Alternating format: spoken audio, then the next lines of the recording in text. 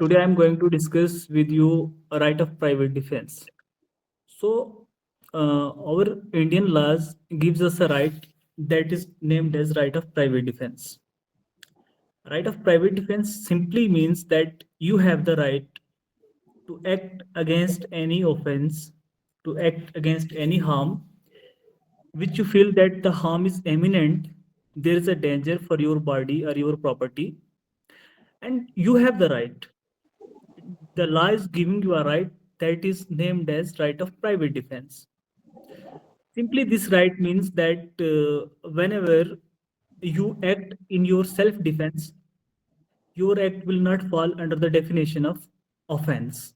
Okay, if I'm going to beat a person, I'm doing an offense. And if I'm doing the same act in right of private defense, it means that I'm acting in my self defense. And this is not an offense. So, our Indian Penal Code, which is now Bharatiya Nagrik Suraksha, uh, gives us a right. Bharatiya Nyaya Sanhita gives us a right that is right of private defense of body and property.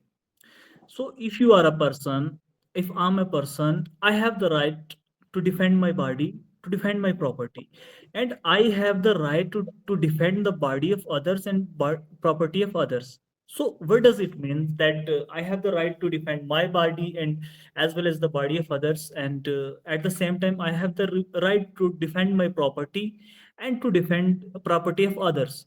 So, there are certain limitations and there are certain restrictions to exercise this right. The first thing I'm going to share with you is that I have the right to defend my own body against any offense which is affecting human body, against any kind of offense which is affecting human body, whether it is hurt, it is grievous hurt, it is an attempt to murder, it is an attempt to throw acid, whatever kind of offense a person is going to commit against me, I have the right to defend myself and I have the right to repel that person. I have the right to repel that person, to prevent that person from committing the offense. And at the same time, the Indian law puts a duty on me that if I'm going through a situation where in front of me, a person is beating another person, a person is trying to throw acid on a girl, on a woman, on any person. So I have the right to defend that person's body also. Okay. The next thing is the right, which is the right right to defend the property. At the same time, when I got the right to defend my body, at the same time law gives me the right to defend my property also. Now you are going to you will think that what is the right to defend the property? Okay, I have the right to defend my property against any offense which falls under the category of theft, robbery, mischief, or any sort of offense. Like if somebody is trying to damage my property, if somebody is going to put my house on fire, I have the right to defend my property. And at the same time, I have the right to defend the property of others. If I'm saying that a person is going to commit my neighbor's house on fire, I have the right to repel that person.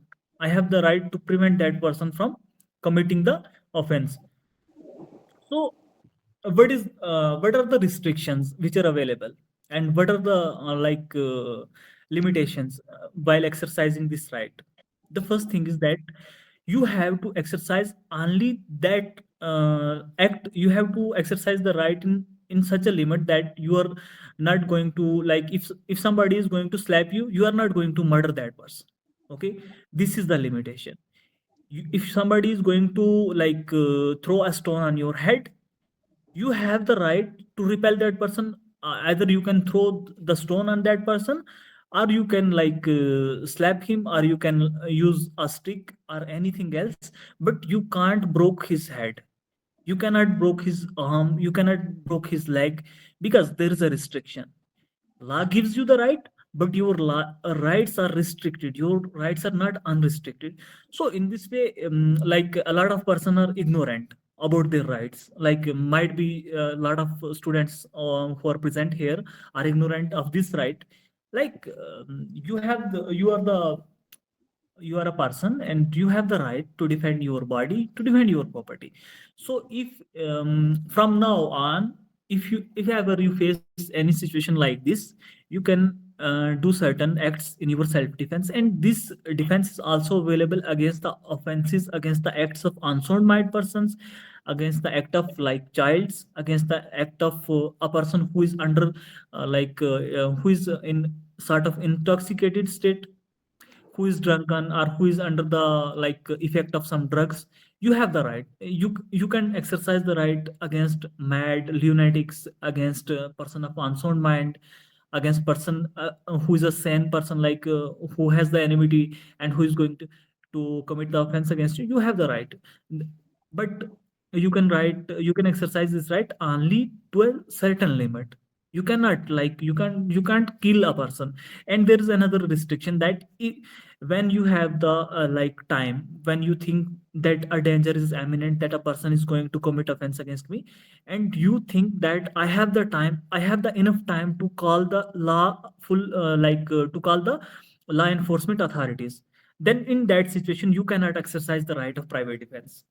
If like I'm my house is in like a market area, and the police station is nearby, like 500 meters away from my house, and if I feel that a person is going to broke my windows, if a person is going to put my house on fire, in that situation i can I can call the lawful authorities to prevent the harm, to prevent the person from committing the offense. So I think this is enough for this topic. And if you guys have the question, you can ask me.